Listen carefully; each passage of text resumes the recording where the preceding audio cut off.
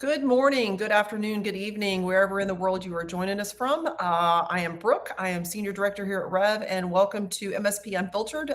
This is our third episode, and Luis Giraldo has graciously decided to help me out on this particular episode of ours where we're going to talk about QBRs. Luis, do a quick intro, tell everybody about your history. I love the fact that you have the MSP background, so don't skimp on that one because I think that's really important for our community to know. Well, thanks for having me, Brooke. Always a pleasure to get the chance to shoot the breeze, as I know you would say. Yeah, MSP for a long time, about 18 years, I want to say, and had a foot in the SaaS side for a number of those years towards the end there. And over the last 5 years, I've been at ScalePad as chief evangelist and trying to bring the good word out to the MSP market. Changing a bit of I think the industry has changed a little bit insofar as QBRs are concerned. MSPs got super commoditized, and now there's something more that needs to happen. And this is kind of the conversation we're in a lot these days, for sure. Completely agree. I had a session. I was at boot camp, and it was one of the things that I talked about there as well. So today let's just jump off in it. So the title of this particular podcast that we're doing is "Your QBRs are bullshit." And this is why nobody's listening to you, because it is a real thing. So doing the QBRs, or whatever you want to call them, I tell people all the time, if you want to brand it and call it something else, the name of it is completely irrelevant to what it is that you're doing. The key to it is that you have to do it, right? And it needs to be more than it's a have to. It needs to be something that you want to do with your people. So I think I want to start with talking about what a QBR, TBR, check-ins, whatever you want to call it. I think I want to talk about what is it not, because I think there's a lot of things that people try to include in these, and these are the things that you should not be doing. So I kind of want to talk about that first, and then we'll just sort of see where the conversation goes. So one of the things that I see a lot when I do consulting or when I talk to MSPs is they have this gigantic document that they're going to take with them when they go on site. And hopefully you are meeting with the CEO, the COO, the person there that's going to be able to make the decisions. And I promise you, what you are going to be able to talk about with that person, it better not include a 27-page document, because you got about 5 minutes to get this person's attention, and 27 pages of fluff and a PDF and a graph and a pie chart ain't going to get it done. I think that's literally the first question we should be asking ourselves about any executive review is who's actually in the room, because I think there's different components to the role, and obviously the size of business plays a factor here. Can you have dedicated people that are having an account manager like relationship with the customer? Do you have the size and maturity to have a VCIO level type of conversation with the customer? But I think it all starts with who's actually in the room and what has the relationship been like up until now, because it's really hard to just kind of turn the thing on a dime and say, well, we're doing this now because we want to be more strategic. So that's tough. I think who's in the room, I think that should dictate where you start as a first step, for sure. And then also it's like, so number one, we can't turn it on a dime. So that's sort of like for the people that I already have, if I'm an MSP and these are clients that I've had for a while and I realize I need to get off my what and I got to start making these things happen. So those are the people that we've got to get the corner turned on. So we can't go from like 0 to like 180. But for all of your new people, this needs to be the standard that you set when you onboard your new clients. These are these check-ins that we are going to have. So this is not like hey, this is like, oh, by the way. I also firmly believe that you should be using this in your sales process when you're going to get new clients, that this is something that you are going to expect from us and we are going to deliver you these regular meetings. So your salespeople should be talking about these meetings that we're going to have with you. And they're more than just meetings. These are conversations that we're having. This is not me showing up with a pack of papers. This is not me showing up with, it's the band hammer about what we are and we're not going to let you guys do because you're like a new client of ours now. This is a conversation that we're having about your business.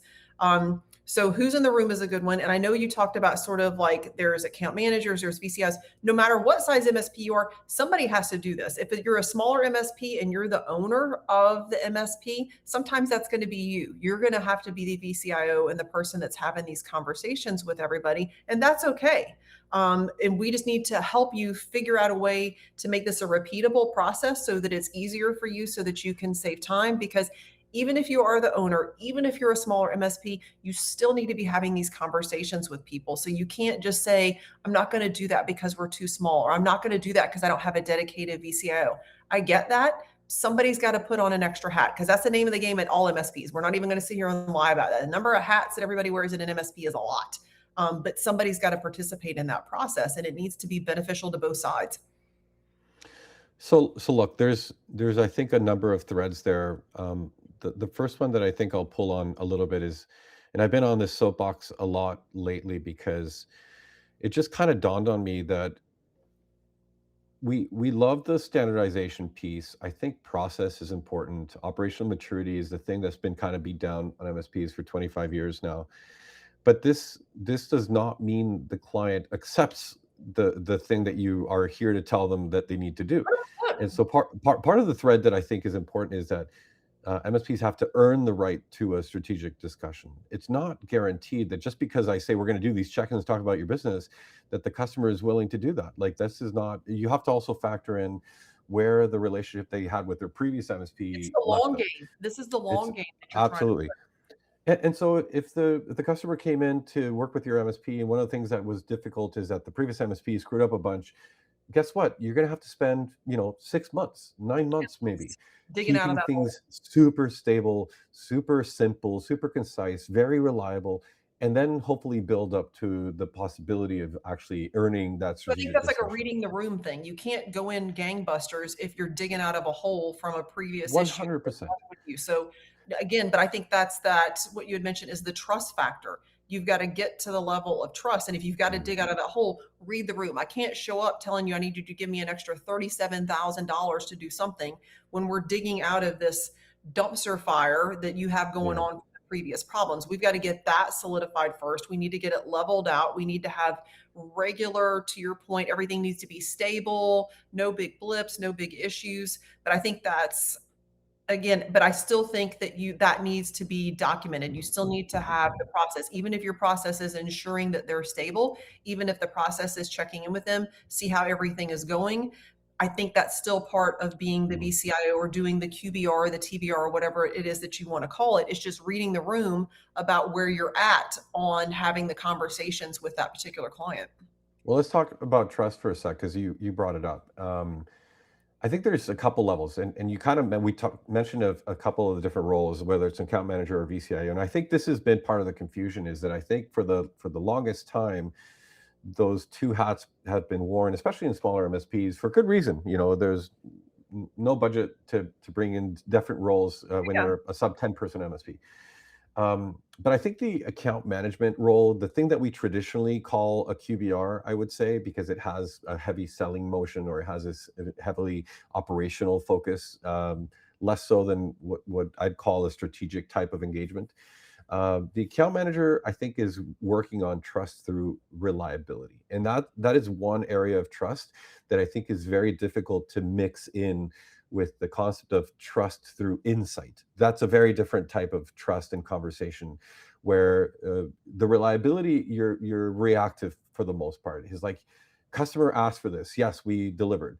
Customer needed this, or we solved this problem, and this is I think a critical role of the account manager to help stay on top of this reliability, to build trust and that expectation that things are being taken care of. This is a bit of that stability that is necessary to unlock the trust on the inside, which is, okay, I trust you guys are delivering on the bare necessities, and we now therefore invite you to our boardroom to have a conversation about the And I future think that's potentially. why those are, in my mind, those are two different roles, regardless of whether it's like two different people or you've got two people wearing two different hats.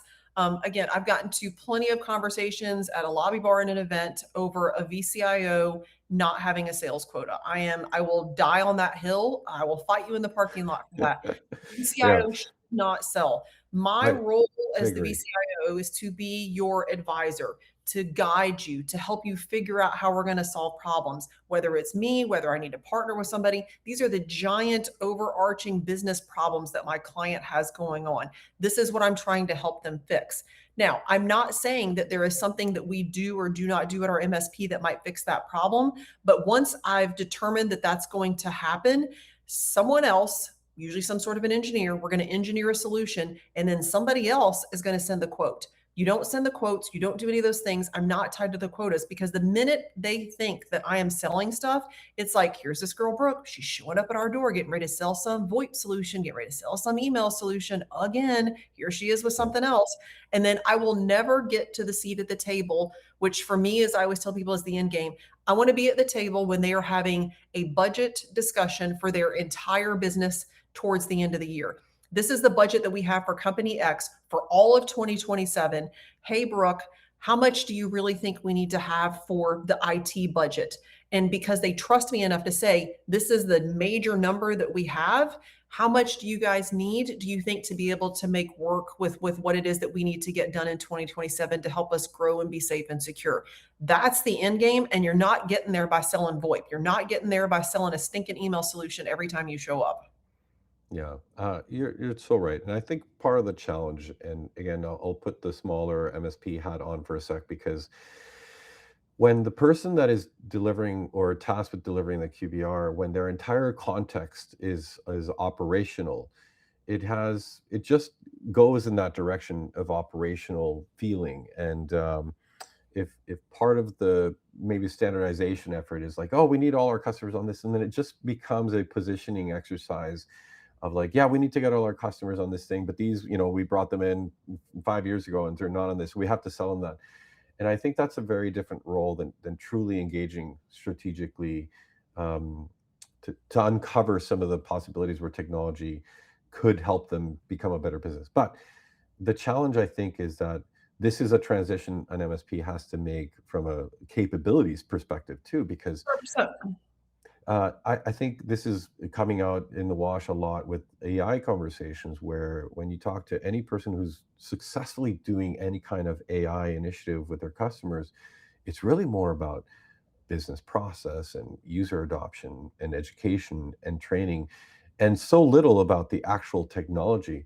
That this is the thing that I think keeps MSPs locked in this very operational type of context when they're doing QBRs, is that they like doing their projects and kind of moving on to the next thing, and not really building a bench to deliver true strategic capabilities around the customer's needs. Or, That's what I hey, love the account manager for, because I do think there's a place for both. And I think that's where the account 100%. manager role, hat, whatever, can take place. Because I also tell people, like, if I'm the VCO, unless somebody's paying an ungodly amount of money, we're meeting on an every 2 to 3 month basis. Okay. The account manager should be having way more check-ins than that. That's the person, to your point, that's the operational stuff. Hey, the nuts and bolts. This is the stuff that we got going on. And that person's usually dealing with like maybe an ops person at the company. Sometimes it's like the office manager. Sometimes it's the person that kind of manages, the day-to-day, maybe a GM or something like that over there. And that person at the business is super important as well. They need to get, we got to show them the love too. But those are the people that I need plugged in for the day-to-day stuff. And again, I do think there's a place for both. Again, to your point, it's like part of it is, as a smaller MSP operationally, how do you figure that out people wise to make sure that you can sort of fill those gaps? So I think it's Yeah, definitely trickier when you have those smaller settings. So sometimes when I've been at MSPs that are a smaller size like that, I try to get the owner filling the VCIO role, and then I'll have like whoever their main field tech is, the person that's going out there. Because again, I'm smaller, I'm less mature. Sometimes my clients are less mature as well, and I can fill that gap with the field tech, because that's a person that they see more than probably anybody else at my MSP, yeah. is the guy that's coming on site to do those things, guy or girl. So I still think there's ways to sort of slice and dice those roles, depending, even if you're a smaller MSP. I think the interesting thing that happens for a lot of MSPs is that they're inculcated to remove themselves from the day to day so they can work on the business, not in the business. And there's sort of this maybe expectation that they should be able to remove themselves entirely, and the business would be turnkey and run on its own. But especially for a smaller growing MSP, this is exactly the role that I think a CEO or owner can pull out to be truly having the more strategic conversations, so that account management can actually deliver on the operational piece. And Okay. this is one easy way to separate it when you're right at that inflection point where, yes, I can afford to bring in an account manager, or one of my senior techs is kind of handling this to some extent. So for sure, I think one way to flip maybe the role of that CIO or VCIO is is it's more about internal advocacy. And so this is to your point of, it should not be a salesperson. 100%. If they are seen as a salesperson, there's going to be. I saw this great post on Substack. This guy talking about what a vendor relationship is to them, and they were describing it as, if they're a vendor, there's somebody we have to manage and there's somebody we have to negotiate with. So imagine if this is the gate or the barrier that you have as a VCIO, is that you're being managed and negotiated with at every interaction because you're selling, basically. So I think moving to the side of internal advocacy, strategic insider, there's a number of different ways to skin it, but it's really about speaking the same language, understanding the business so well from the inside that the customer couldn't imagine not having you at the table because you understand their business as well as they do. These are the things that ultimately earn you the right to the strategic discussion, for sure. So let's get into that one, because I do think it's more than just like, so part of what has got us to where we're at today is when we started back in the beginning doing QBRs, it was a lot of ticket counts, project statuses, where are we at? And again, that was just us maturing as an industry, right? So we had to start somewhere. So this is where we're going to start. So Mm. now we get to the point where we're having these different conversations. And as a VCIO, I tell people that basically you are constantly doing your homework for your next check-in or QBR. And a lot of what you need to know is not going to be found in your ticketing platform or your backup failure report or your project management module. It's in other places, and you have to stay plugged into those things. The pushback is always going to be, well, Brooke, we need to automate as much as possible. I can't spend all this time doing those things. And I don't disagree, but it has to be more when you're showing up to talk about this person with their business. You do homework. And I tell people, the amount of stuff that you can find on social media, you can find out something there sometimes before your client tells you, which is not a great thing, but you got to start somewhere. Did they make an announcement in the local newspaper? Are they hiring more people? Have they started some cool summer internship program? Or are they merging with another company? They're building another office in another town that's 20 miles away from here. There's those types of things. And especially if you're in smaller communities as well, or even bigger ones, the Chamber of Commerce, they almost always have like networking events and things like that. You should 1000% be going to those things, because that's also where you're going to hear these conversations that are going to elevate what you can bring to these QBRs, TBRs, strategic business reviews, whatever you're going to call them. Yeah. Uh, I think it's important to maybe rewind to what's creating a bit of the symptom that we have. Because I hear this story all the time. MSPs are constantly saying, I just don't have the capacity to deliver a more nuanced or bespoke experience or QBR for my customers. And constantly people are like, well, who's got a good QBR template? And they just want to go template wash the whole thing, right? And so I think this is what it is a symptom of where we came from. And so I think it's important to identify that, because part of the challenge, I feel, is really with the billing model. And so if you rewind 25 years to the beginning of the managed services industry, like, it was a very simple operational type of managed service where it was easy to just do an annual review that was largely focused on the context of hardware replacements and kind of infrastructure upgrades and things like this. And a once yearly meeting could be easily justified to be absorbed by whatever managed services fee was kind of incorporated into that billing model of the per user, per device thing. Now, fast forward 25 years to 2026, and one of the challenges is that this entire industry has changed. This commoditized view of that type of work around hardware and infrastructure can be done by anybody. So this is not good enough to have the retention and expansion conversation with existing 100%. customers, right? And What so got so us now here is that not going to get us for the next 10 years. What got us to this point is not going to get us forward. exactly. And so I think that one of the issues that's causing the maybe capacity challenge around the ability to deliver QBRs or strategic reviews in any kind of way is simply that the billing model doesn't support the amount of time that requires putting into this kind of process. And so you'll see many people talking about this now, that if you're just not charging adequately for this level of service, you probably are just not going to deliver it. You're just going to default back to a simple, hardware infrastructure focused janitorial type of Yeah. relationship with the customer, because that's all that you really can do if one of your objectives is to try and work with every single customer to some extent in that way. And so I've been saying all the time, if you don't price for strategy, you simply won't deliver it.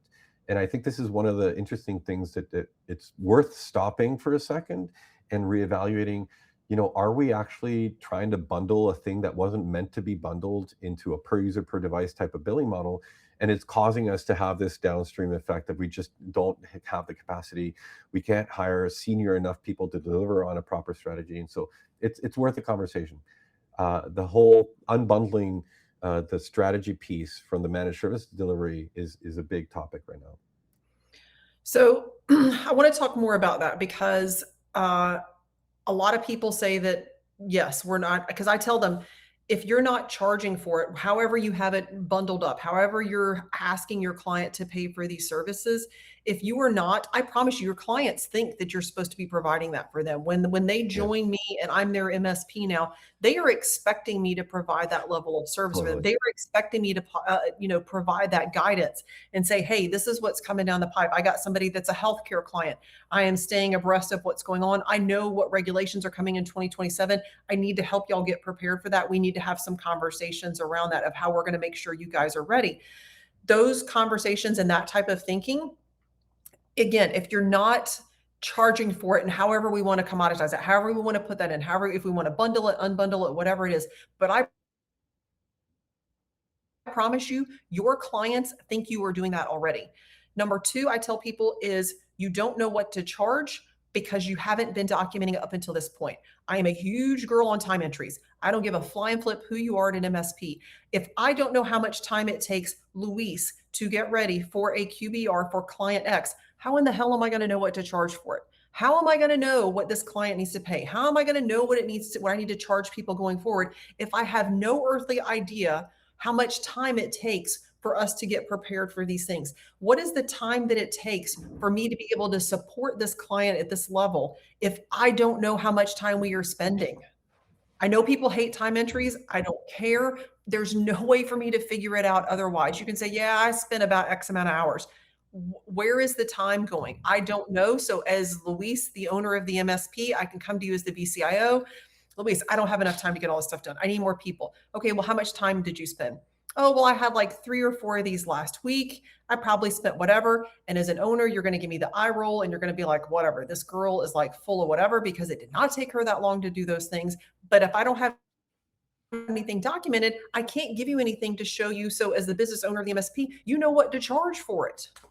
Yeah, I think this is partly the challenge around trying to template wash the process is that um, it is important to understand what level of relationship or what depth of relationship you're trying to deliver with each customer. And I think one of the mistakes that's made regularly is conflating depth with frequency. And so MSPs will go and they'll segment their customers by MRR and basically not talk to the smaller ones that are not paying enough to support whatever capacity can be delivered of this type of service Very for the common money. tactic. That's what it Yeah. is.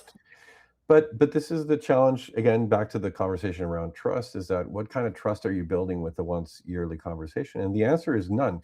It's also not staying flat, by the way. I think trust is actually eroding over time if you're not Oh talking to yeah. customers. So I think the real trick is really spending some time around the segmentation conversation, building out playbooks. And I've got a ton of materials on this. People welcome to reach out and be like, I'd love to see your segmentation and playbook materials, and I'll send all this stuff out because it just gets you thinking, okay, what can we deliver? And this starts to make sense once you start to understand that you have to unbundle this pricing. Because right now, the challenge of just bundling the strategy into your managed services pricing, which is per user per device, is that the tendency is to try and do it the same way for every customer, but then just become complacent with the smaller paying customers because they just don't deserve it or what have you, or they're not interested in the conversation. And so this is one of the key things that you gotta look at all the pieces together and try to understand where are we maybe failing the customer on the strategic conversation because we just decided to bundle this in and we decided it wasn't worthwhile delivering.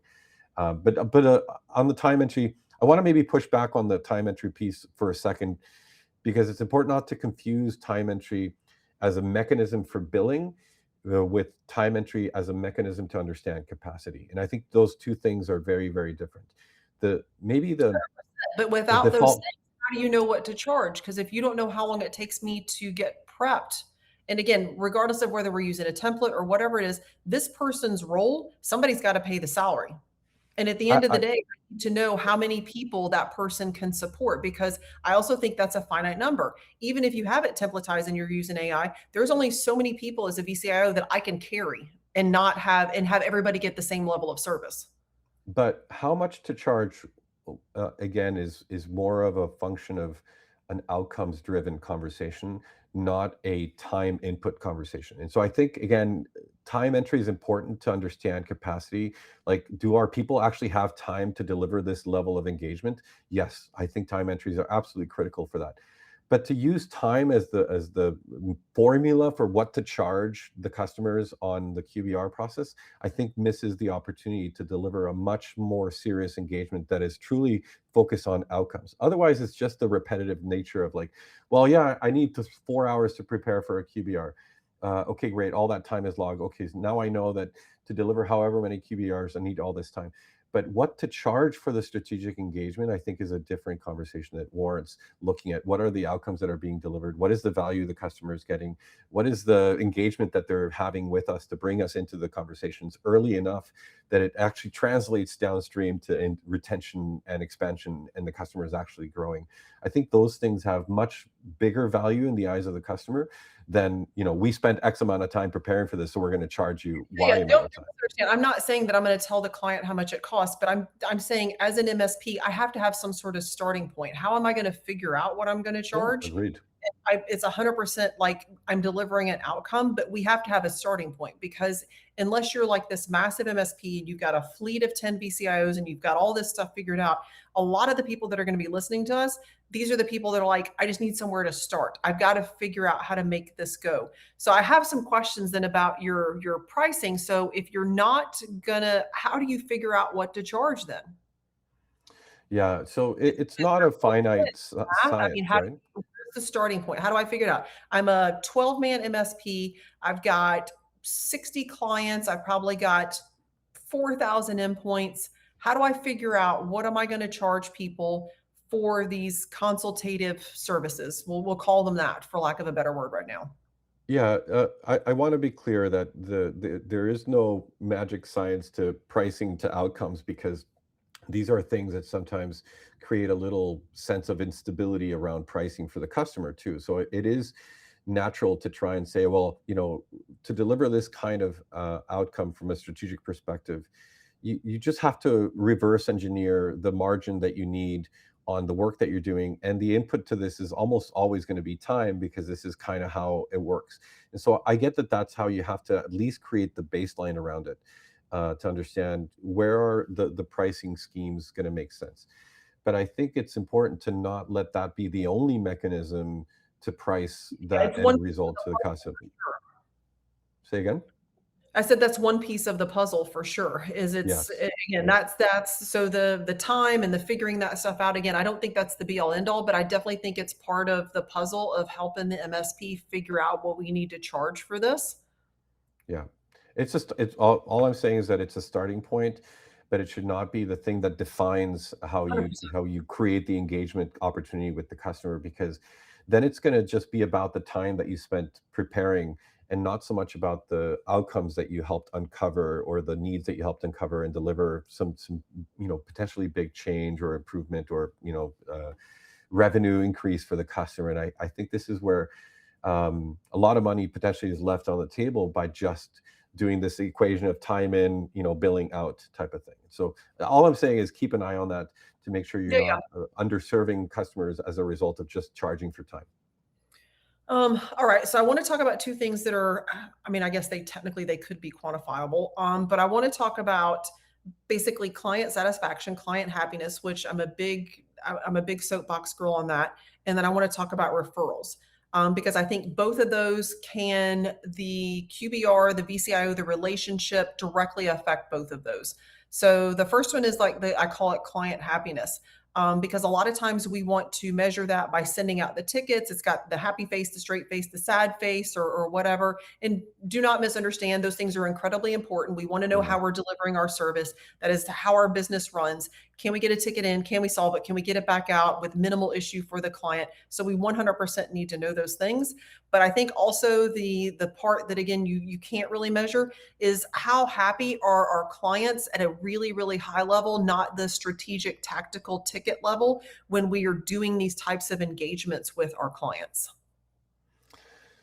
Um, it's interesting to think about it from the perspective of like a full-time internal CIO, if you think about it.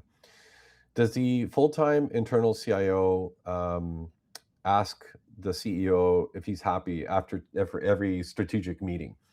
And the answer is probably no, because like they are sitting on the same side of the table, working together as colleagues to try and solve these issues. And they will celebrate the wins, right?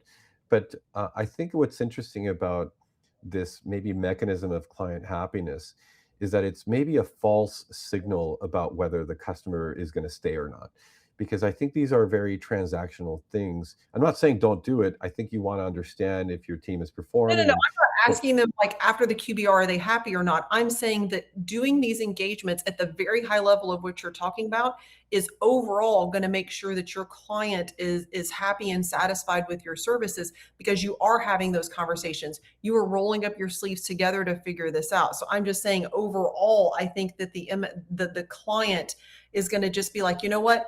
These are like, these guys are helping me get it done. They are literally helping me figure out these problems that I didn't even realize that my business had because Luis showed up last month and he and I, we sat at this table, we got all this stuff out. We were just like grinding through it.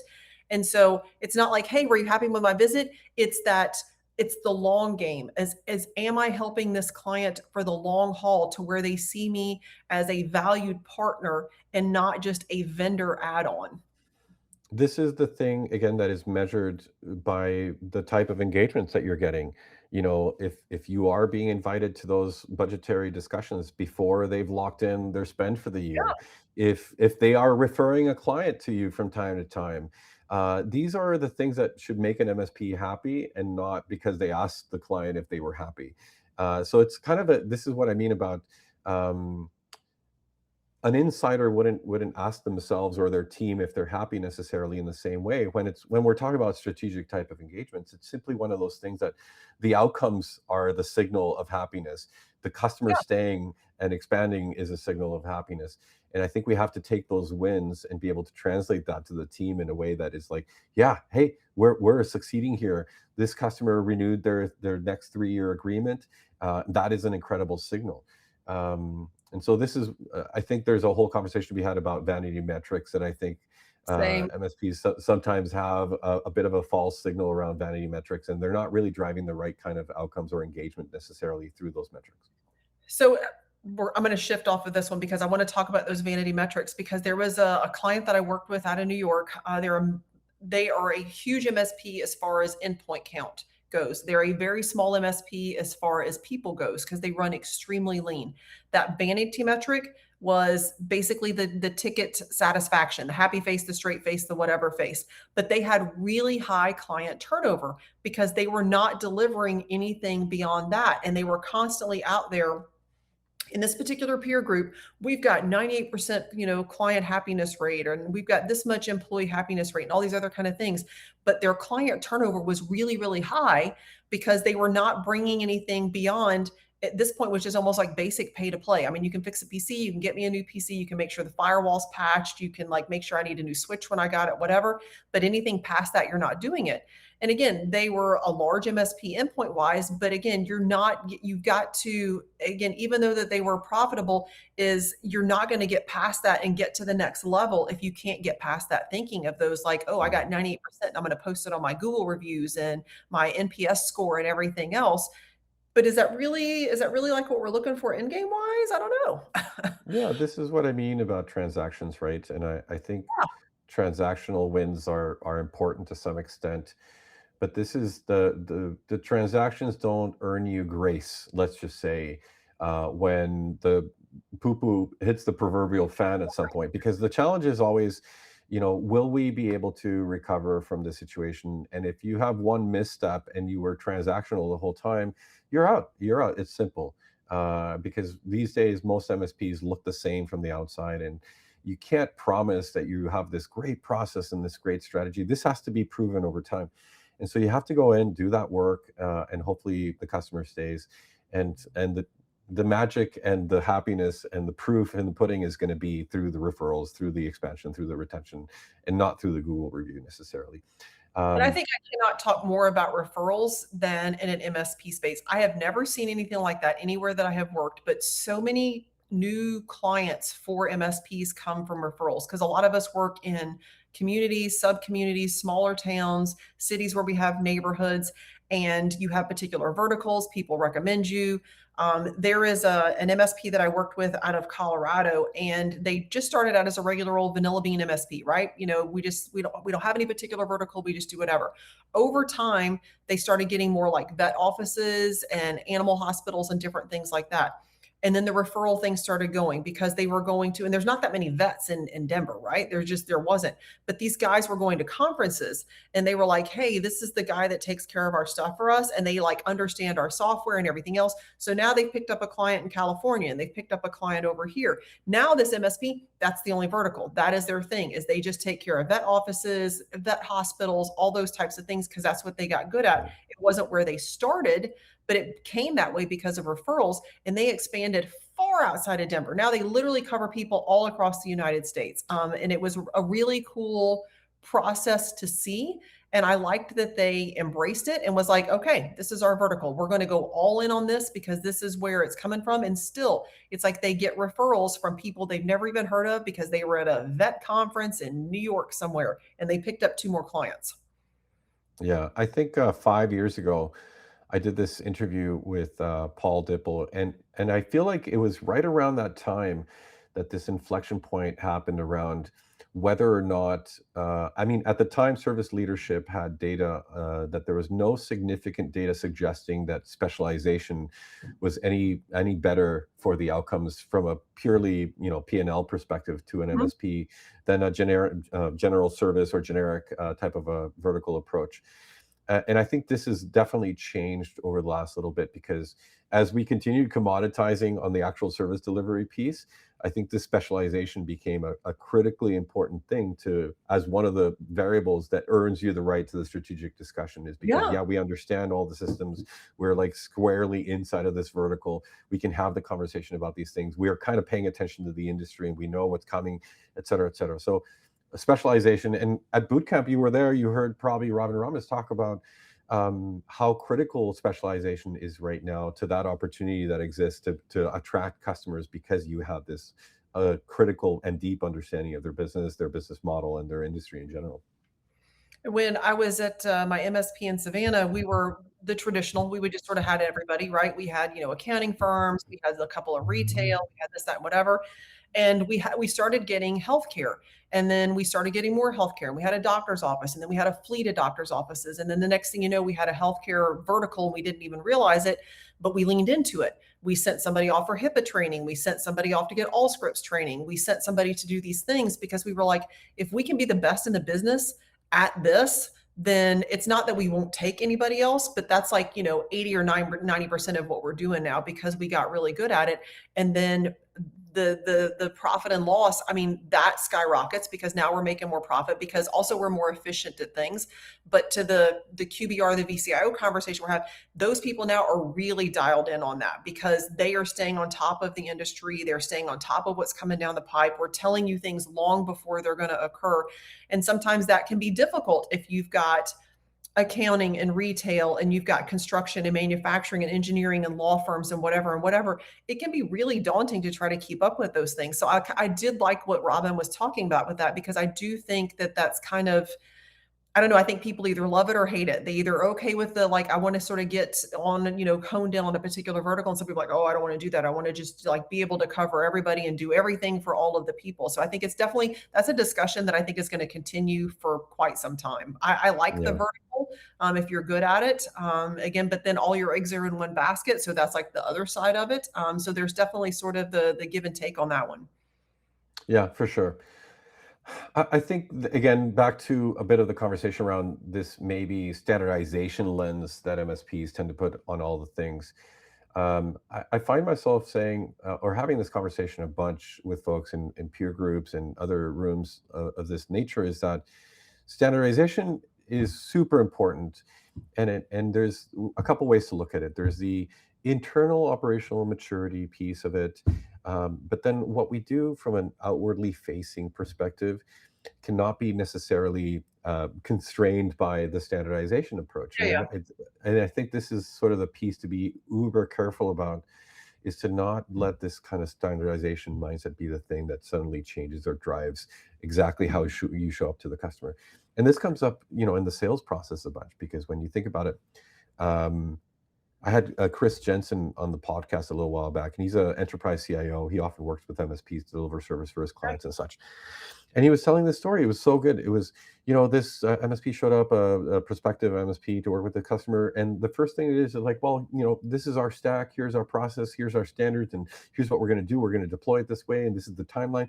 And they kind of went away, and the customer calls Chris and goes, what the hell was that? Like they didn't ask the first thing about our business. They don't know anything about what we do, what our needs are and pains are. And so this is what I mean about the challenge with standardization, is we have to be super careful to not let that be how you show up or present to the customer, because that needs to be client centric in nature. And this is a bit of that dichotomy of, like, we've been so MSP centric in process, in operational maturity, and trying to learn the things properly, that we kind of just went and did that for the sake of standardization outwardly to the customer. And so this is a shift that's happening in real time right now, for sure. Well, Luis, we are out of time. Thank you so much for joining me today. I know you're all the way in San Diego in the middle of a meeting, so I do appreciate you making time to hang out with us today. Uh, I'm going to have a couple of slides when we get done here. So if you want to connect with Luis, Luis, we have a slide next. There's a QR code on it. Also reach out to him on LinkedIn if you want to get connected with him there as well. We'll also have his email address on this as also. And then the last slide that we're going to have is we are going to have some takeaways for you guys. So we do have sort of like an SOP, and I tell people this is just sort of a framework. This is just sort of a guidebook to get you going. Tweak it however you want to tweak it. And there's also a project template to follow for each one of your people for every single quarter. And then also, if you connect with Luis, he has some playbooks and some other documentation as well. So this is Definitely. a big documentation heavy podcast for everybody. So we have tons of things that you need. And if there's something out there that you're asking for that you're not seeing there, message me, message Luis. I always tell people, if we don't have it, we'll track it down. We will be able to find something to help you fix the problem that you've got. I'll be back out on the road. I'm headed out to a couple of events. Luis is always on the road, so you can look to see him there. Again, Luis, thank you so much for joining us today. I really appreciate it. And I will see everybody on the next podcast. Have a good one.